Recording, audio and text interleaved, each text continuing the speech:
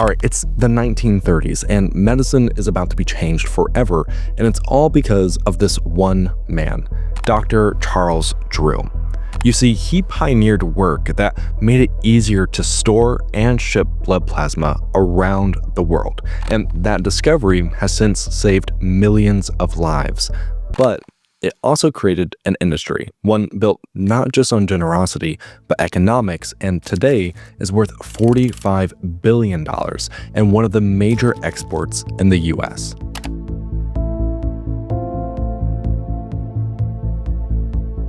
Today, plasma is at the center of a global system that makes life-saving treatments. But what if we actually zoom in and ask about the people who are donating the plasma so many rely on? They're not just helping others, they themselves are trying to survive, because this system only works by paying the very people it depends on. For instance, donating just twice a week can bring in $400 a month. That's nearly a third of what you'd earn on minimum wage and takes way less time. Now, on the surface, that doesn't sound so bad. People donate, are paid, and in turn, lives are saved. What could be wrong there? But what if we're overlooking something? Like the fact that this industry, one that does save lives, let's be very clear, is built on targeting people in need for cash. Are they being exploited, and at what cost? Well, for us to get to an answer there, we first need to get back to Dr. Charles Drew just for a second. You see, Drew was this exceptionally brilliant scientist. Before he became the first Black medical director of the American Red Cross, he wrote groundbreaking research at Columbia University on blood transfusions. He figured out a way to separate and store blood plasma, as we mentioned earlier, which, as World War II was kicking off, was vital, because for the longest time, we relied solely on whole blood donations, which may not sound bad, but whole blood can only be stored for 21 to 35 days, and if we need to supply treatment to wounded soldiers, well, we'd put their lives at risk if the blood goes bad. Plasma, on the other hand, was found to last way longer. It can be stored for up to a year, which made it easier to store and ship globally. And unlike whole blood donors who could only give every 56 days, plasma donors could donate up to twice a week. That's because plasma is mostly water and proteins that your body can quickly replace. So rather than wait weeks to donate again, you could donate twice in a week and help provide aid to the world. So Drew's research made him the ideal candidate for Britain's Blood for Britain campaign. And as his work proved valuable, the Red Cross chose him to help lead the US's plasma program. As the war ended and plasma proved its worth, the medical community wasn't the only one paying attention. The private sector also saw an opportunity. So what began as a wartime necessity would inevitably evolve into a booming industry. And at the heart of it was a future pharmaceutical giant who stepped in and seized an opportunity. That company was Grifols. By 1945, Grifols was this small family business in Spain. They pioneered a machine that could draw blood, extract the plasma, and return the blood back to the donor. Soon after that, they opened the first private blood bank in Spain, and over the years, they became a leader in plasma collection. Today, there are over 1,000 plasma clinics in the US, and Grifols holds a considerable amount of those.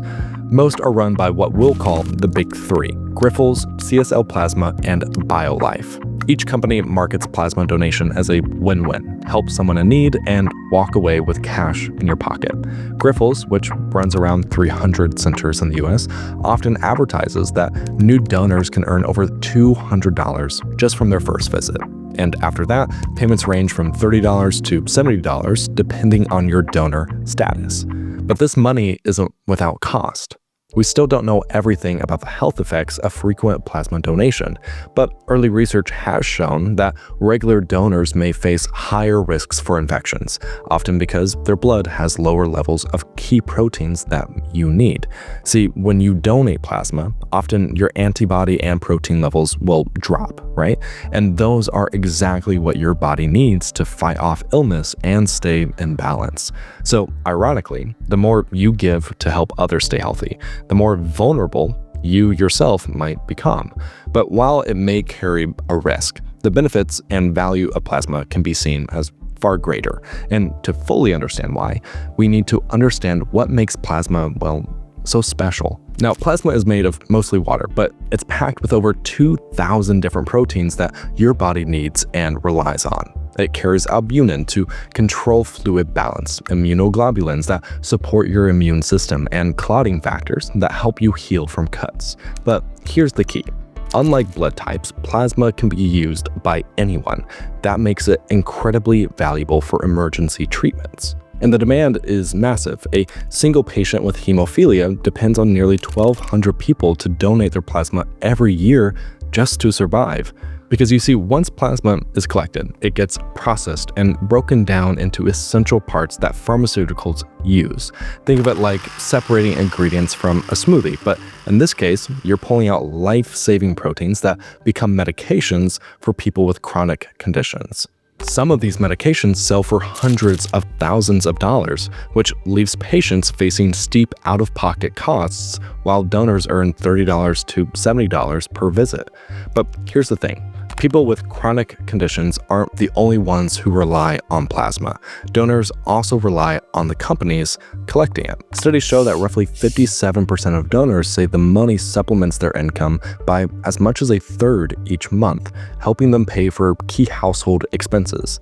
And many of these donors are college students, single parents, or underemployed workers.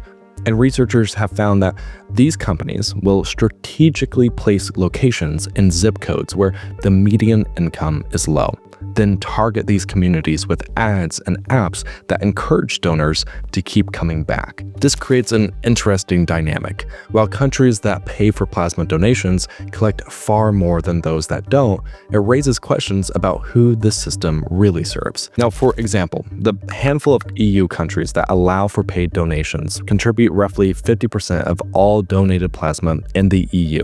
Now, while countries like the UK and Canada don't pay, they struggle to meet demand. So money clearly works as a motivation, but it's also a double-edged sword.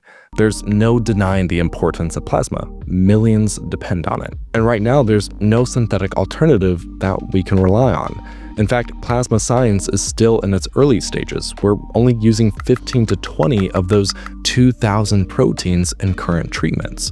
So if we could unlock more, could we treat even more diseases?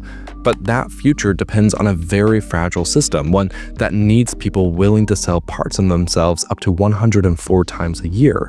And if donors stop showing up, well, millions of people are put at risk. So can we really sustain a system that allows 104 plasma donations a year from the same body? Are we paying enough to the people who make the system possible? The business behind the industry believes so, but what do you think? Should we pay plasma donors more? Is this system safe? Let us know in the comments, and if you're curious to learn more, hit subscribe.